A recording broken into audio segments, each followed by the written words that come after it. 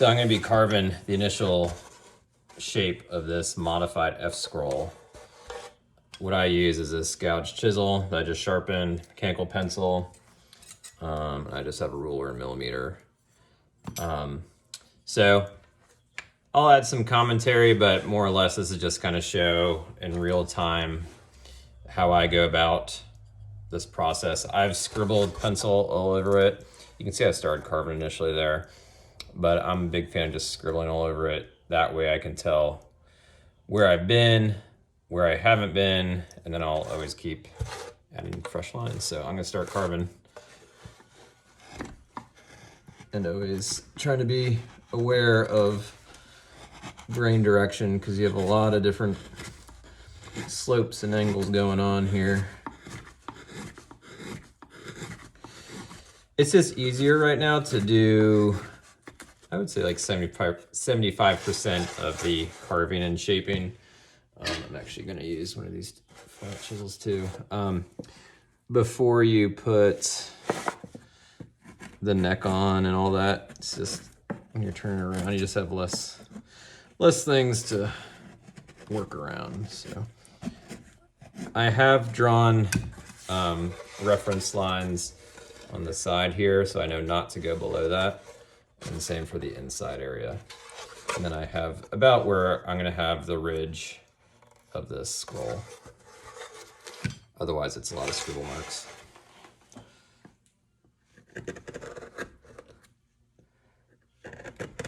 This is tricky because you're going on an inside curve that's sloped, and so you can see right here, if I kept going, it would just be a lot of grain tear out. So I'll come at it from the other side. I'll just kind of carefully.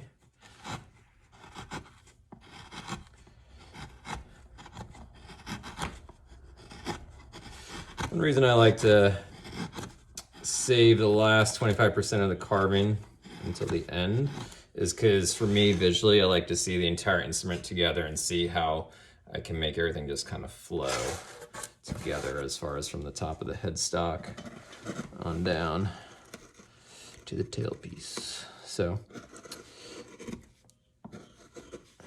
maybe it's things that people don't even notice or will never notice, but I think to me it makes sense to kind of wait. As you can see just how much I'm turning the instrument around.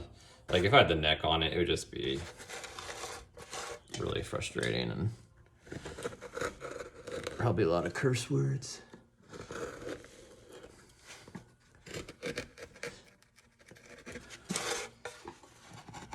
I'm never really forcing the chisel, especially because with the grain, I'm letting the grain kind of just dictate the flow.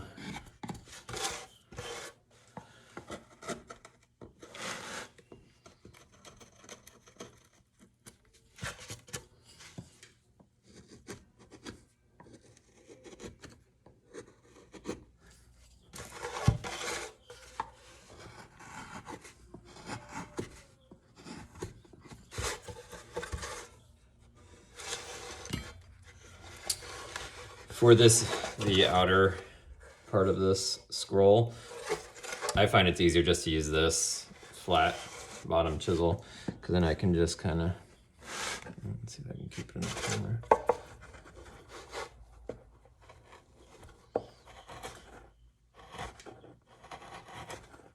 Keeping the bottom of the chisel flat and letting that kind of help dictate the flow and the angle.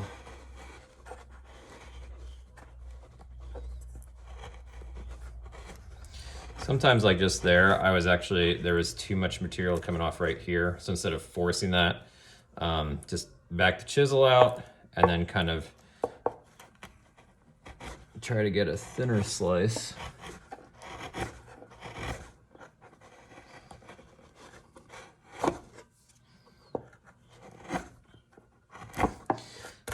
The most delicate part of this style scroll, or I guess I refer to it as a modified scroll,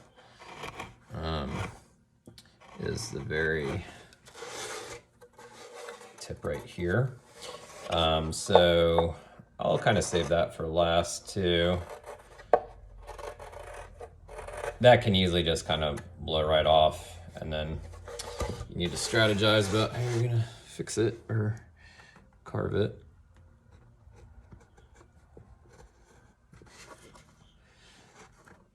And definitely work in small increments around that part because it really wants to just snap right off. Not snap, it's the wrong adjective.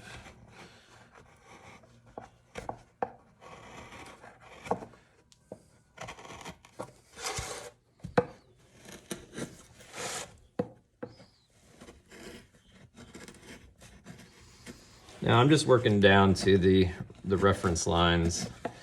I'll do the final finessing of like, I think it was like pinching the ridge line up, you know, to make it more pronounced in the final part. But I'll save that till the very final sanding. So you can see here, here's a good example. It's going down with the chisel, but you can see there's still high material here. So you're going in, and then it would be theoretically going up. So that could just tear on out. So I'm gonna approach this part coming from this direction now.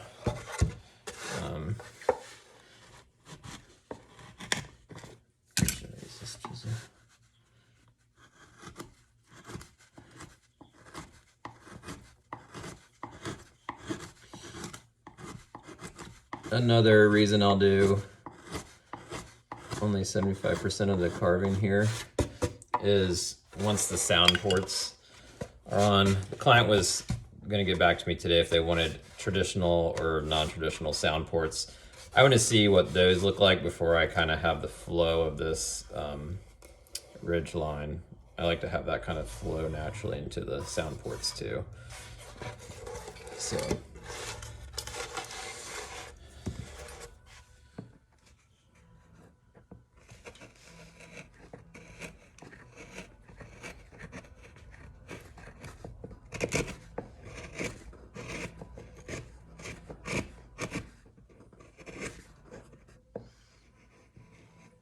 when you're doing the backboard with the curly maple, it's kind of the same process. It's just more curse words because maple doesn't carve as easily.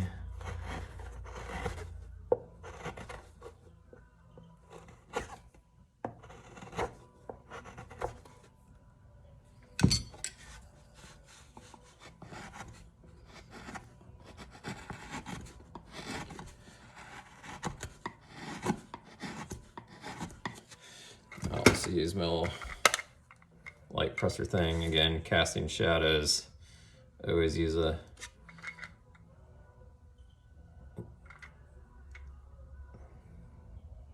kind of see there.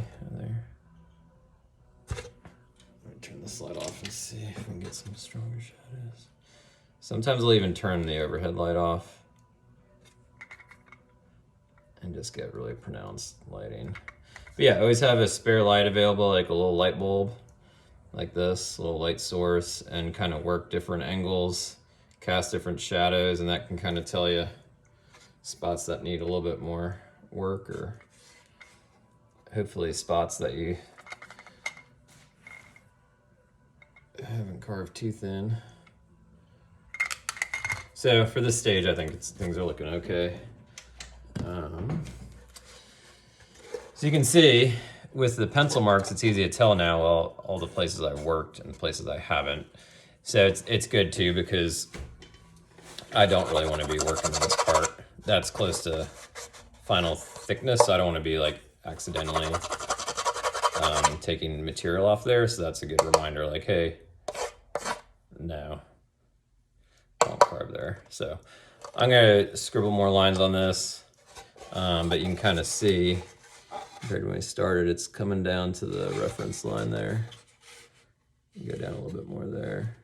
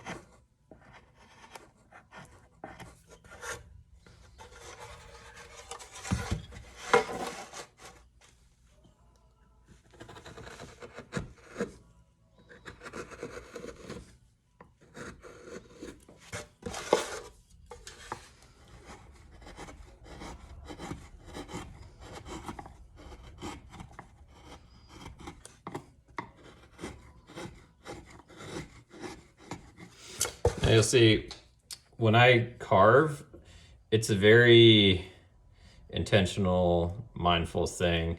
And I use both of my hands. It's not just going out with the chisel.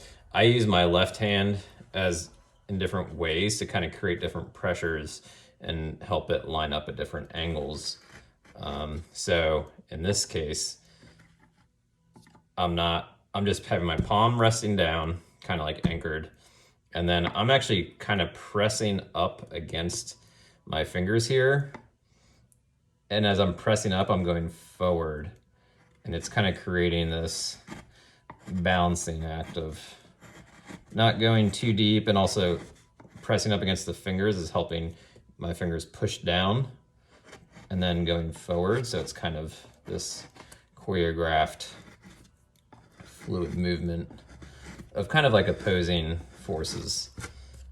Sometimes I'll anchor my hand like this part of my anchor this part of my palm, and then I'll rest the chisel on my thumb and then kind of have it between my fingers.